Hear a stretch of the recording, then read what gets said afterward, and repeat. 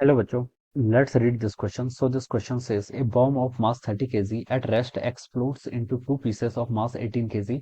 The velocity of 18 kg mass is 6 meter per second. The kinetic energy of the other masses. आपको क्या बतानी है? Other masses के यहाँ पर kinetic energy बतानी है, ठीक है। तो चलिए इस क्वेश्चन को स्टार्ट करते हैं। तो इस क्वेश्चन का बच्चों की कॉन्सेप्ट क्या लिख सकते हैं? मोमेंटम कंजर्वेशन लिख सकते हैं। क्या लिख सकते हैं? आपका मोमेंटम कंजर्वेशन, ठीक है। तो मोमेंटम कंजर्वेशन इसलिए लिख रहा हूँ क्योंकि नेट फोर्स आपका देखिए बॉम्ब के एक्सप्लोजन होने पे आपका नेट फोर्स जीरो के इक्वल आता है, ठीक है।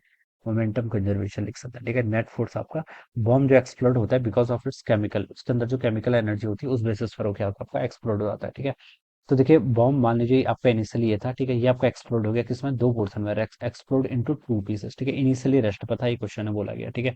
तो देखिए एक पीसेस आपका यहाँ आपको ऐसा जाएगा, मान लीजिए ये इसका मास आपका m1 है, ठीक है। और ये v1 वेलोसिटी से ऐसे मूव कर रहा है। दूसरा पीस आपका ये हो जाएगा, दिस इज m2, ये आपका v2 वेलोसिटी से ऐसे जा रहा है, ठीक है। तो ये तो आपकी देखिए लेफ्ट वाला जो पोर्शन है वो आपका बिफोर कॉलिजन था, सॉरी, बिफोर एक्सप्लोजन, और राइट वाला आपका आफ्टर एक्सप्लोजन, ठीक है। अब देखिए मोमेंटम कंजर्वेशन में बताता है कि जो आपका नेट फोर्स है सिस्टम पर, ठीक है। देखिए बॉम्ब के एक्सप्लोजन पर नेट फोर्स तो आपका जीरो लगता है। नेट फोर्स जीरो लगता है तो बच्चों हम क्या बता सकते हैं? जो आपका मोमेंटम रहेगा वो क्या रहेगा? कांस्टेंट रहेगा। मोमेंटम कांस्टेंट रहेगा इसका मतलब है कि जो आपका इनिशियल मोमेंटम होगा और फाइनल मोमेंटम होगा ये दोनों क्या रहेंगे? आपके इक्वल रहेंगे, ठीक है। ऐसे बता सकते हैं। इनिशियली आपका रेस्ट पे था तो इनिशियल मोमेंटम बच्चों कितना था? आपका जीरो के इक्वल, ठीक है। और फाइनल मोमेंटम भी कितना होना चाहिए? फिर आपका जीरो के इक्वल होना चाहिए, ठीक है। फाइनल मोमेंटम देखिए कैसे लिखेंगे? इसका मास m1 है, ये आपका मान लीजिए ये आपके प्लस एक्स एक्सिस है, इस तरफ मूव कर रहा है, तो m1 और v1 हो जाएगा। और जो आपका m2 मास है वो आपका नेगेटिव एक्स एक्सिस का मूव कर रहा है, तो उसका मोमेंटम हो जाएगा माइनस m2v2, ठीक है। ये आ जाएगा, ठीक है। तो ये इनिशियल और फाइनल मोमेंटम इक्वल है तो इन दोनों को इक्वल कर लो। तो बच्चों m1v1 यहाँ से किसके इक्वल हो जाएगा? आपका m2v2 के इक्वल हो जाएगा, ठीक है। ये आप यहाँ पर से रिजल्ट ऐसे बता सकते हैं। और बोला गया देखिए बॉम्ब बॉम्ब का इनिशियल मास 30 केजी था, एक्सप्लोड हुआ दो पीसेस में, ठीक है, into two pieces of mass 18 KG, ठीक है।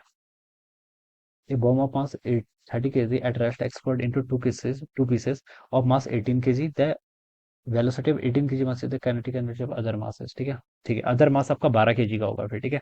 एक मास का m1 आपका 18 केजी दे रखा है, देखिए 18 केजी की स्पीड से मूव कर रहा है 6 मीटर पर सेकंड से, तो इसमें आपको बस वैल्यू रखनी है, ठीक है। 18 केजी वाला आपका 6 मीटर पर सेकंड से मूव कर रहा है, तो दूसरा मास कितना होगा? आपका 12 केजी का, उसकी स्पीड आपको बतानी है, ठीक है। तो कैसे कैलकुलेट करेंगे? देखिए 6 दुनिया से 12 हो जाएगा, ठीक है। और दो से इसको कैलकुलेट करेंगे तो 9।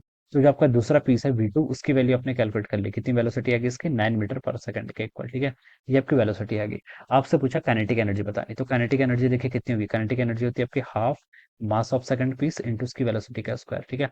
मास कितना है उसका? देखिए m2 का मास आपका यहाँ पर 12 केजी है, ठीक है। 12 इंटू आपका कितना हो जाएगा यहाँ से? आपका 9 का स्क्वायर, ठीक है।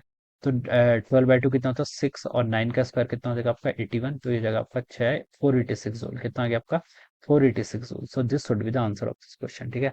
तो कौन सा ऑप्शन होगा? आपका बी ऑप्शन यहाँ पर से करेक्ट हो जाएगा। This is the kinetic energy होता है सेकंड पीसेस, ठीक है। जो आपका दूसरा वाला पीस है उसकी काइनेटिक एनर्जी इतनी आ जाएगी। So I hope you all understood this concept. All the best and thank you so much.